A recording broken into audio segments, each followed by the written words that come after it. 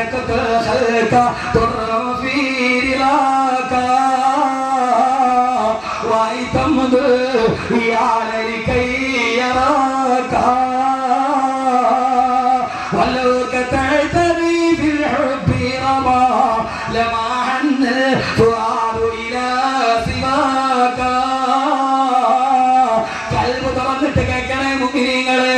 മരത്തിന്റെ തോലും ധരിച്ചിട്ട് മരമുരി ധരിച്ചിട്ട് ഒരു വെള്ളം വാങ്ങിക്കുന്ന പാത്രം മാത്രം കയ്യിൽ വെച്ച് കാട്ടിലേക്ക് ഇറങ്ങി പോകുമ്പോ തിരിഞ്ഞു നിന്ന് തന്റെ കൊട്ടാരത്തെ നോക്കിയിട്ട് പാട്ട് പാടിയില്ലേ, എനിക്ക് വേണ്ട ഈ കൊട്ടാരം, എനിക്ക് വെണ്ടാമരമേശെന്ന തോടി വേണ്ട, എനിക്ക് രാജ്യം വേണ്ട, എനിക്ക് കസവിന്റെ തട്ടം വേണ്ട, എനിക്ക് ഈ ദുനിയാവിന്റെ വെണ്ടാമരം വേണ്ട, അല്ലാഹുവേ അല്ലാഹുവേ എനിക്ക് നീ മതി റബ്ബേ എന്ന് പറഞ്ഞ് സിംഹാസനത്തിന്റെ ചെങ്കോല് വലിച്ചെറിഞ്ഞിട്ട് ആയിരക്കണക്കിന് പ്രജകളെ വന്ന് കാല് പിടിച്ച് രാജാവേ പോകരുതേ, തന്റെ പ്രിയപ്പെട്ട മകനെയും ഒക്കത്ത് വെച്ചുകൊണ്ട് ഭാര്യ വന്നിട്ട് പറഞ്ഞു, പ്രിയപ്പെട്ട ഭർത്താവ് ഈ മകന്റെ മുഖം കണ്ടിട്ട് എങ്ങനെയാണ് നിങ്ങൾക്ക് ഉപേക്ഷിക്കാൻ കഴിയുക?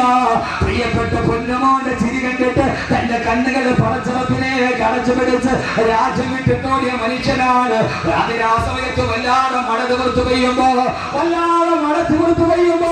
തലചായ്ക്കാൻ ഒരിടമില്ലാതെ പേമാരി പെയ്യുന്ന മഴയത്ത് ശരീരം മുഴുവനെ തണുത്ത് പറക്കുമ്പോ തൊട്ടടുത്ത് കണ്ട പള്ളിയുടെ വരാന്തരയിൽ കയറി തണുത്ത് പറച്ച് കിടന്നുറങ്ങുമ്പോ പള്ളിയിലെ മുക്കിൽ വന്നിട്ട് പറഞ്ഞില്ല, ആളുകൾക്ക് കിടക്കാൻ ഈ പള്ളിയിൽ വാറമില്ലെന്ന് പറഞ്ഞ് തിമിർത്ത് പെയ്യുന്ന പേമാരിയെ കയ്യിൽ പിടിച്ചു പള്ളിയിലെ മുക്കിൽ ഇറക്കി വിടുമ്പോ ആ സമയത്ത് കബർസ്ഥാനിലേക്ക് കടന്നിരുന്ന് കബറിന്റെ തലഭാഗത്ത് വെച്ച മീസാങ്കല്ലെടുത്ത് തന്റെ തലയിൽ വെച്ചിട്ട് ആ പാതിരാ സമയത്ത് എന്റെ പ്രിയപ്പെട്ട പെങ്ങളെ പാതിരാ സമയത്ത് കൊട്ടാരത്തിൽ കിടക്കേണ്ട രാജാവ് കബർസ്ഥാനിലെ കബറിന്റെ തലഭാഗത്ത് നിൽക്കുന്ന മീസാങ്കല്ല് തന്റെ തലയിൽ വെച്ചിട്ട് കബർസ്ഥാനിൽ കിടന്നുറങ്ങി.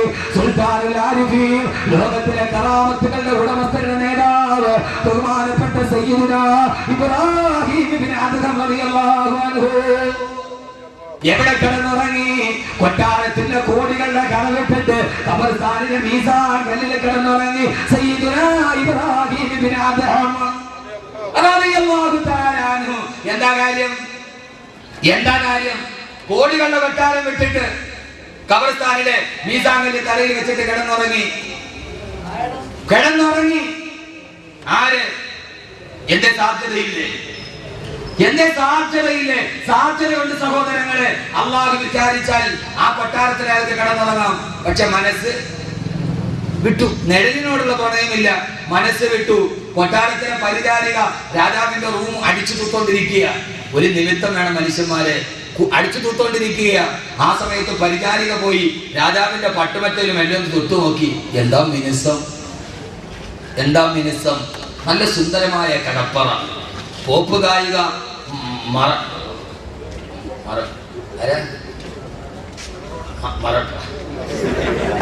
ഫുട്ബോൾ കളിക്കാരാ മറഡോണ പോപ്പ് ഗായിക. നീ എന്താ കൊള ചീത്തപ്പേര് കളഞ്ഞില്ല.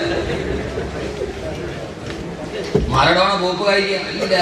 പോപ്പ് ഗായിക മഡോണ പാം ജുമൈറ ദ്വീപിലെ JBR-ലെ ദുബൈയിലെ JBR-ലെ ജുമൈറ ബീച്ച് റിസോർട്ട്, JBR-ലെ പാം ബീച്ചിലെ കടലിന്റെ ഉള്ളിലെ ബെഡ്റൂം പണിതിട്ടാണ് പോപ്പ് ഗായിക മഡോണ കിടന്നുറങ്ങുന്നത്. മഡോണയുടെ ബെഡ്റൂമിന്റെ ഭിത്തിയിൽ ഗ്ലാസ്സാണ് വെച്ചിരിക്കുക. ഗ്ലാസിനെ കട്ടം മാറ്റിയാൽ തിരുമാലകളുടെ മറുഭാഗത്ത് കുതിച്ചോടുന്ന ഡോൾസിനെയും സ്രാവിനെയും കണ്ടിട്ടാണ് മഡോണ കിടന്നുറങ്ങുന്നത്. ദുനിയാവിലാർക്കാവ് തലമണിയാത്തത് പോപ്പ് ഗായിക മഡോണയ്ക്ക് JBR-ൽ വീടുണ്ട്. JBR-ൽ വീടുണ്ട്. ആ വീട്ടില് പത്രമൊക്കെ വല്ലപ്പോഴൊക്കെ വായിക്കണം. ഒന്നുമല്ലെങ്കിൽ കലാപ്രേമിയെങ്കിലും വായിക്കണം. പക്ഷേ 50 വർഷമായിട്ട് ആ ഒരു പത്രം പോലും ഒരു ദിവസം പോലും മുടങ്ങിയിട്ടില്ല. വായിക്കുന്നത് എത്ര ആവട്ടെ, വരിക്കാനാവുന്ന എത്ര ആവട്ടെ, വായിക്കുക വരിക്കാരാവുക. ഞാൻ എറണാകുളത്തൊരു പ്രസംഗം നടത്തുന്നില്ല. വിഷയം തന്നെയാവുന്ന ഖുർആൻ വായിക്കുക വരിക്കാരാവുക എന്നാണ് വിഷയം. ഖുർആൻ വായിക്കുക വരിക്കാരാവുക. 50 വർഷമായിട്ട് ഒരു ദിവസം പോലെ പത്രം മുടങ്ങിയിട്ടില്ല. അതൊരു വലിയ കാര്യമില്ല. എന്തൊക്കെ അവിടെ ഇരിക്കട്ടെ, ഞാൻ പറഞ്ഞ സമയത്ത് ഓർക്കുന്നു. അള്ളാഹു നിലനിർത്തി കൊടുക്കട്ടെ. ഏതായാലും സഹോദരങ്ങളെ, ദുനിയാവിൽ സുൽത്താനിന് പണിയാൻ കഴിയും. അതിനുള്ള സാധ്യതകൾ മുമ്പിലുണ്ട്. രാജാവിന്റെ ഈ പട്ടുമത്തയിൽ എന്തൊക്കെ മത്ത, രാജാവിന്റെ പട്ടുമത്തയിൽ പരിചാരിക ഒന്ന് മെല്ലെ തൊട്ടു നോക്കി. നല്ല നനനനത്ത മിനുസം, അതിൽ കിടക്കണമെന്ന് അടിച്ചുമാരി പെണ്ണിനൊരു മോഹം. അടിച്ചുമാരി പെണ്ണ് ആ പട്ടുമത്തയിൽ കിടന്നുറങ്ങി. രാജാവ് സർവാടിമന വിഭൂഷിതനായി പട്ടമഹിഷിയുടെ തോളിൽ കൈയിട്ട് തന്റെ ചൂടും ചൂരും അനുഭവിക്കാൻ രാജാവ് വരുമ്പോ പട്ടുമത്തയിൽ കിടക്കുന്നു അടിച്ചു തൂക്കുകാരി തൊഴിലാളി. രാജാവ് അലറി. പെണ്ണ് ചാടി എഴുന്നേറ്റു. അറിയാതെ ഒന്ന് കിടന്നു പോയതാണ്. ചാടി എഴുന്നേറ്റ പെണ്ണിനെ രാജാവ് മുഖത്തടിച്ചു. പെണ്ണ് ചിരിച്ചു. അടികൊണ്ട പെണ്ണ് ചിരിച്ചു. പിന്നെ അങ്ങോട്ട് കരയാൻ തുടങ്ങി. പിന്നെ അങ്ങോട്ട് ചിന്തിക്ക് മനുഷ്യന്മാരെ പിന്നെ അങ്ങോട്ട് കരയാൻ തുടങ്ങി. നിർത്താത്ത കരച്ച്. രാജാവിന് അത്ഭുതമായി. അടികൊണ്ട പെണ്ണ് ചിരിച്ചു. പിന്നെ കരഞ്ഞു.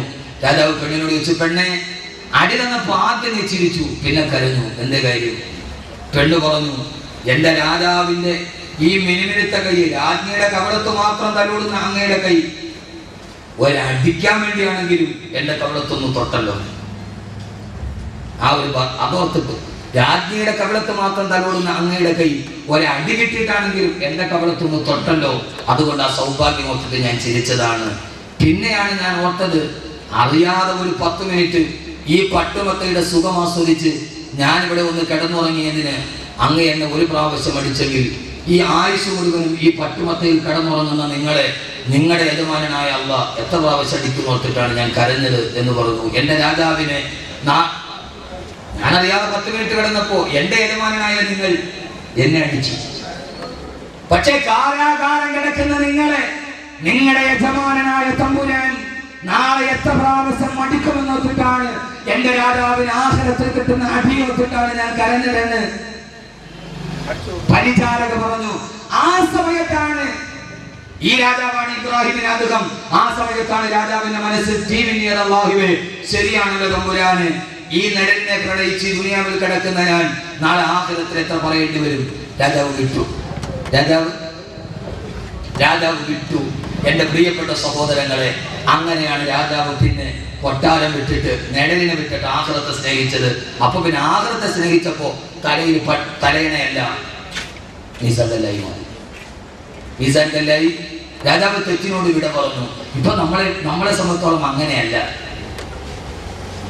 നമ്മളെ സംബന്ധിച്ചോളം അങ്ങനെയല്ല. എന്റെ പ്രിയപ്പെട്ട സഹോദരങ്ങളെ, നമ്മൾ എങ്ങനെയായി മാറി? നമുക്ക് തെറ്റ് ചെയ്തു എന്ന് ബോധവുമില്ല.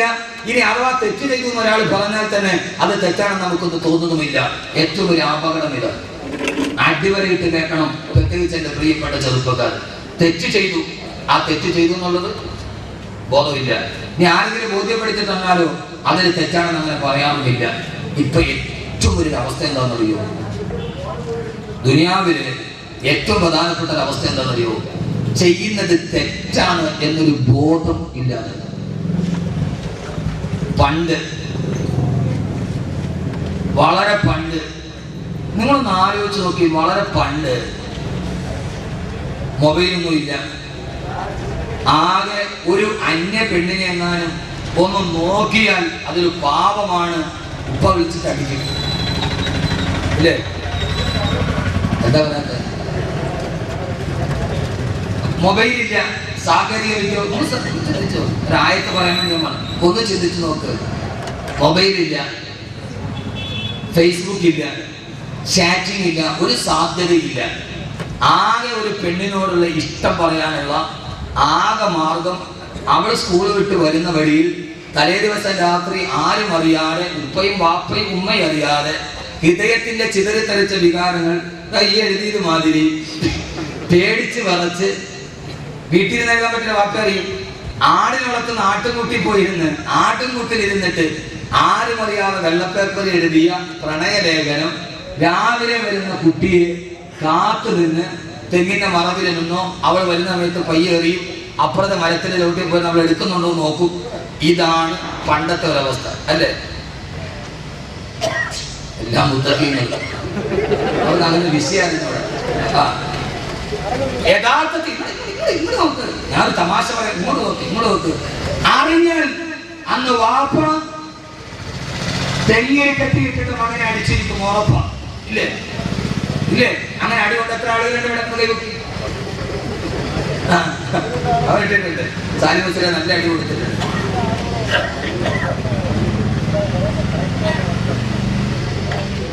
പക്ഷേ ഇന്ന് +1-നോ +2-നോ പഠിക്കുന്ന പെൺകുട്ടിയോ ആൺകുട്ടിയോ അവളുടെ കൂട്ടുകാരനുമായി വീട്ടിലേക്ക് വന്നാൽ ഒരു വാപ്പയോ ഉമ്മയോ അത് ചോദ്യം ചെയ്യാത്ത അവസ്ഥയിലേക്ക് നമ്മുടെ സാമൂഹിക ക്രമം മാറി. കാരണം അതവന്റെ ഫ്രണ്ട് മാറി. തെറ്റല്ല. അതാണ് ഏറ്റവും വലിയ. അതുകൊണ്ടാണ് എന്റെ പ്രിയപ്പെട്ട സഹോദരങ്ങളെ ഞാൻ പറഞ്ഞത്, ഇനി തെറ്റല്ല നമ്മൾ ഗണിച്ചു. 2, ഈ തെറ്റിന് എന്ത് ചെയ്യും? ആളുകളെ മുമ്പിൽ വീരവാദം പറയും. ഞാൻ ഇത്രയും തമ്മാടിത്തരം ചെയ്തിട്ടുണ്ട്, ഈ നാട്ടിലെ ഏറ്റവും വലിയ ആള് ഞാൻ തന്നെ.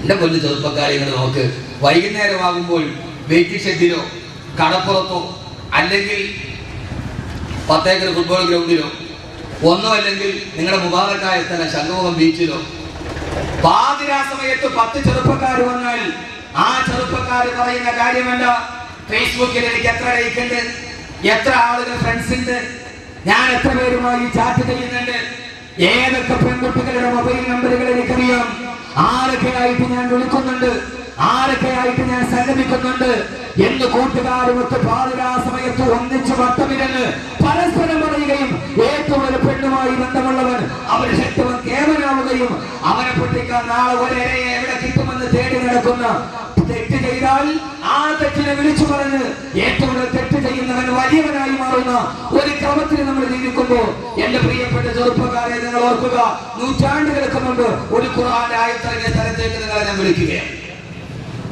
യഥാർത്ഥത്തിൽ ഇന്നലെ അതല്ലേ അവസ്ഥ ആണോ അല്ലേ? ഇപ്പൊ മൊയ്ലിയാർ നിങ്ങളെ പോലെ ചെറുതായിട്ട് വലുതായ ആളാ. മൊയ്ലിയാർ പെട്ടെന്നാണ് വലുതായതല്ല, മൊയ്ലിയാർ ചെറുതായിട്ട് വലുതായ ആളാ. അപ്പൊ അതുകൊണ്ട് ഇതെങ്ങനെയാണെന്നായിരിക്കും നിങ്ങൾ ഗണിക്കുക അല്ലേ?